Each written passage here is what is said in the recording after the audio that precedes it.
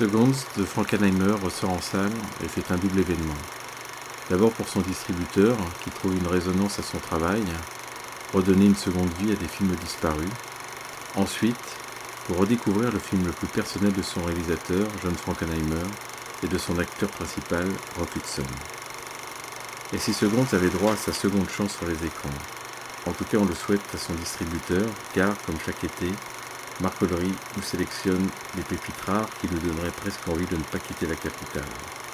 Aujourd'hui, Seconds, ce cauchemar réveillé, renaît, et c'est une très bonne nouvelle.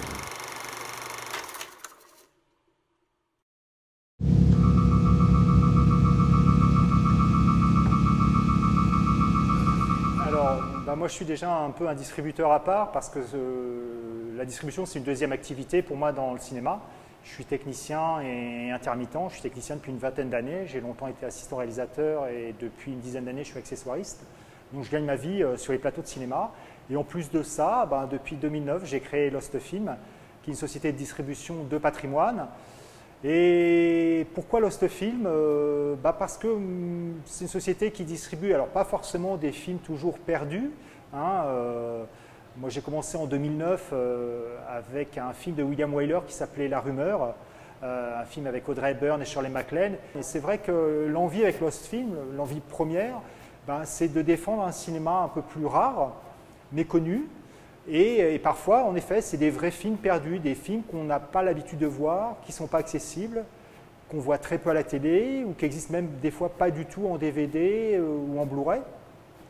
Et le film de cette année, Seconds, c'est un film que j'ai découvert par hasard il y a 3 ans sur le câble, parce que comme ça, je cherchais des idées de films à sortir, une petite pépite, un film qu'on ne connaissait pas bien, et ce film m'intriguait.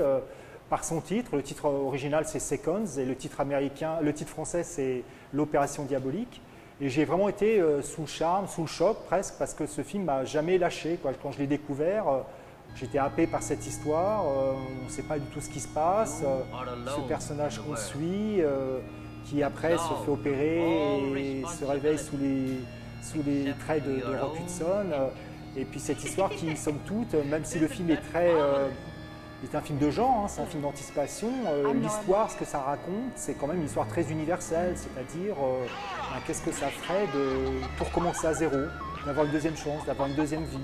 Et c'est ce que j'ai essayé de faire aussi avec Lost Film, avec le choix de mes films tous les ans, c'est de leur donner une deuxième vie, de les faire vivre, de les faire exister comme si c'était des nouveaux films. C'est-à-dire, c'est des classiques, c'est des films de studio, de major américaine, mais voilà, ils sont peut-être passés à côté de leur public ou de la presse à leur époque, ou même carrément on ne les connaît pas du tout.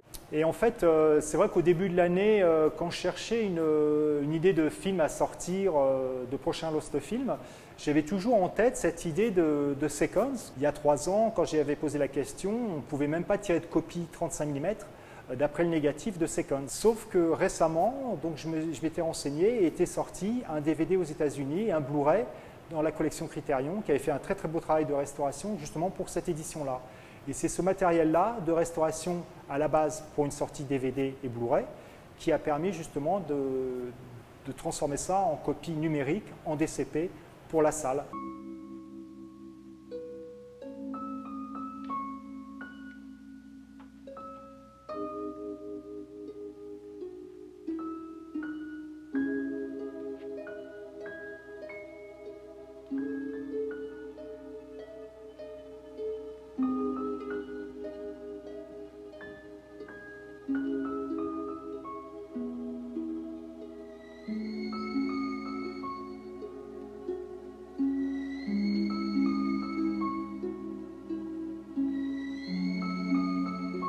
C'est vrai que Seconds, si c'est un film perdu ou très rare, c'est aussi parce qu'à l'époque, c'est un film qui n'avait pas du tout marché. C'est un film de 1966 qui pourtant avait eu une sélection au Festival de Cannes, qui était produit par un grand studio, la Paramount, qui était avec une star majeure pour l'époque, Rock Hudson. C'était vraiment, il ne faut pas l'oublier, une des plus grandes stars américaines. Et avec Seconds, il est vraiment, je pense, au firmament de sa carrière. Et là, il se met vraiment en danger avec un film dans lequel, déjà, il n'apparaît qu'au bout de 40 minutes. C'est quand même assez assez paradoxal de se dire que c'est la star du film et qu'il apparaît au bout de 40 minutes de film.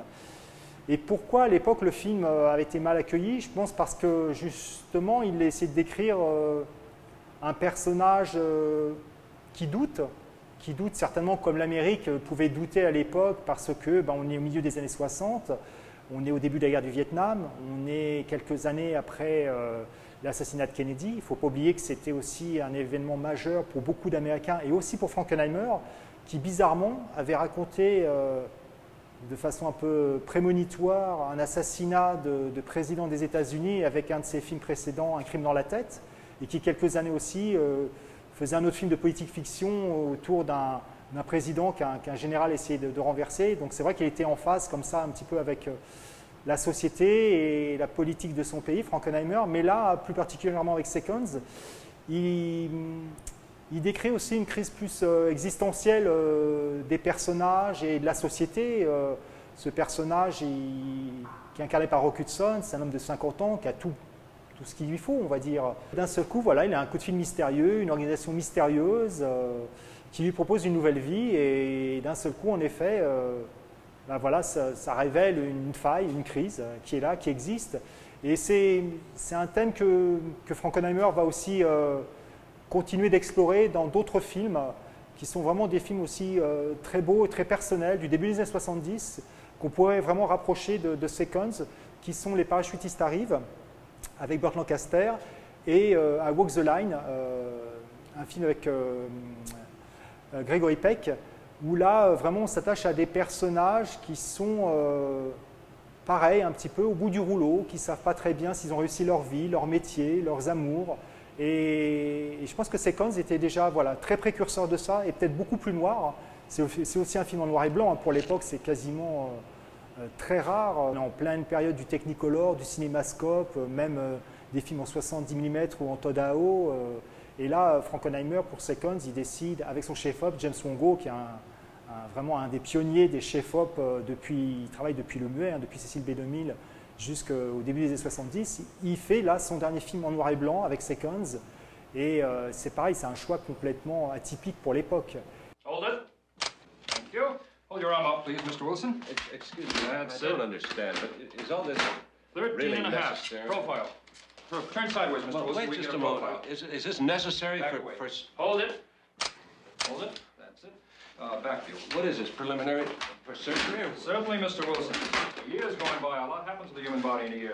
Et si je devais faire appel à une organisation secrète et avoir une deuxième vie, une deuxième chance, c'est encore lié au cinéma. Enfin, moi, je trouve qu'un des plus beaux métiers du cinéma, je suis distributeur et puis je travaille sur les plateaux.